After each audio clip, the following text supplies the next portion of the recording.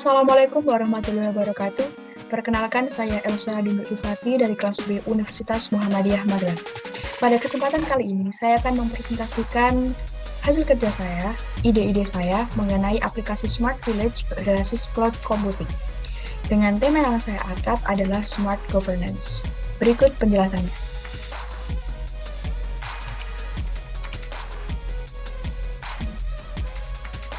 Aplikasi Smart Village berbasis cloud computing. Smart Village pada dasarnya merupakan sebuah konsep di mana sebuah desa dapat menyelesaikan permasalahannya dengan cerdas. Konsep Smart Village juga harus didukung oleh beberapa komponen agar penerapannya memberikan dampak positif dan maksimal.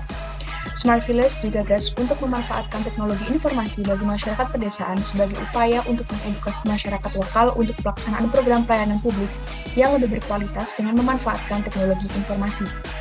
Tidak hanya berfokus pada kecanggihan teknologi di suatu desa saja, Smart Village juga diharapkan dapat mengubah kondisi masyarakat menuju keadaan yang lebih baik dan sejahtera, menumbuhkan kesadaran di masyarakat akan pentingnya sebuah inovasi dalam usaha kecil yang berpotensi menciptakan kewirausahaan dan meningkatkan kualitas pelayanan di desa. Di sini terdapat 4 ide yang saya rangkum dalam table of content, di mana yang pertama ada konsep pelayanan publik yang akan menjelaskan pengertian pelayanan publik. Kemudian yang kedua ada cloud computing, menjelaskan pengertian cloud computing. Yang ketiga analisa masalah, yang tentu saja akan memaparkan masalah yang diangkat sehingga memunculkan suatu ide. Dan yang keempat adalah pemodelan aplikasi yang akan memaparkan detail model aplikasi yang akan dibuat. Kita masuk ke pembahasan yang pertama, yaitu mengenai konsep pelayanan publik.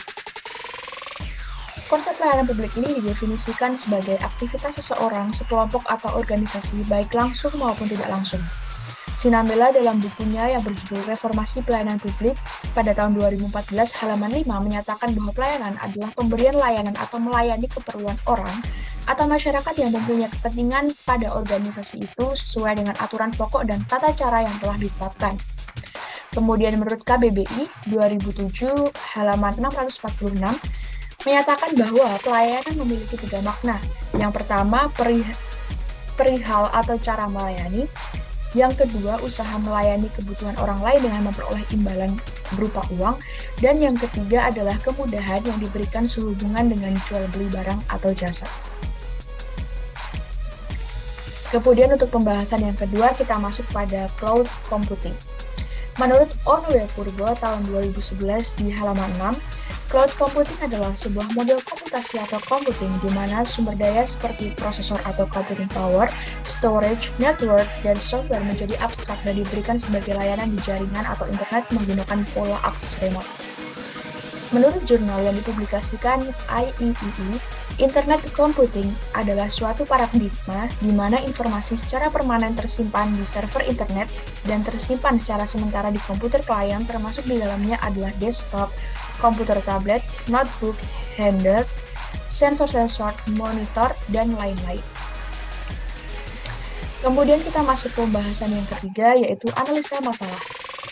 Jadi, saya tinggal di Desa Tempurjo, di mana desa itu merupakan salah satu desa dengan persebaran dusun yang cukup luas di Kecamatan Tempuran. Di era pandemik seperti sekarang ini, banyak warga desa yang belum melakukan vaksinasi karena minimnya informasi dari desa.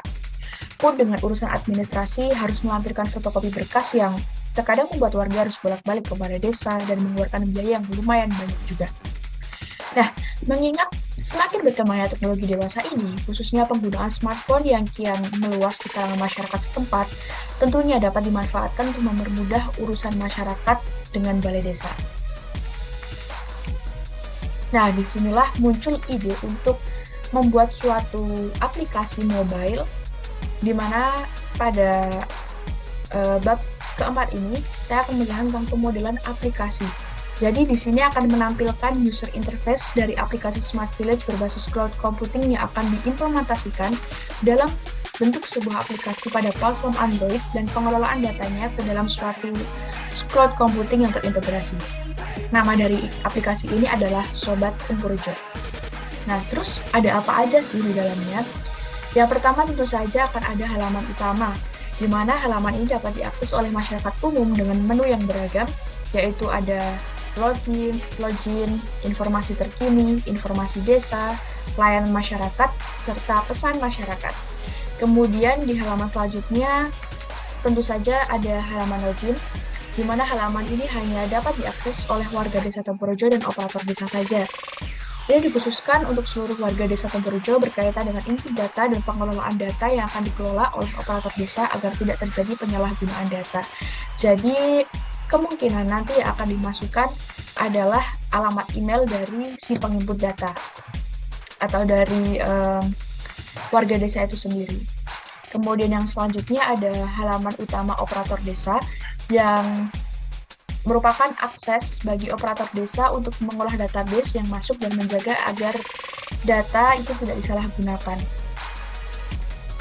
Kemudian ada apa lagi sih? Nah, ada halaman informasi terkini. Halaman ini memuat informasi terkini entah itu informasi secara global maupun regional Desa Tempurjo saja. Kemudian selanjutnya ada halaman informasi desa, yang sudah pasti halaman ini memuat informasi lebih dalam mengenai Desa Tempurjo. Terdapat pula infografis berupa diagram kependudukan Desa Tempurjo. Jadi ada skala mortalitas, kemudian ada skala persebaran penduduk juga di halaman informasi desa ini. Kemudian yang selanjutnya ada pesan masyarakat.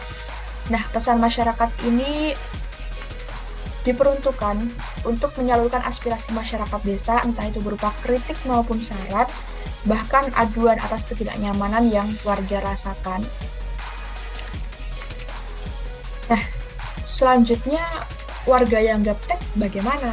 Karena kan tidak semua warga itu berlatar belakang pendidikan yang tinggi, misalnya pendidikan S1 derajat atau mungkin S1 dan lain sebagainya.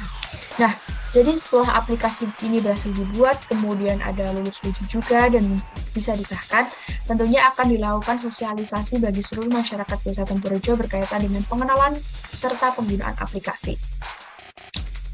Tentu saja, di Desa Tempurjo ini sudah dibentuk yang namanya PKK Milenial, yang tentu saja anggotanya merupakan generasi muda seluruh Desa Tempurjo.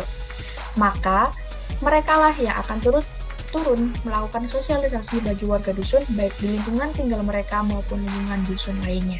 Jadi, PKK Milenial ini akan dikerahkan selain untuk membantu perangkat desa dalam mensosialisasikannya, mereka juga bisa mengajari orang tua maupun kerabat terdekat mereka.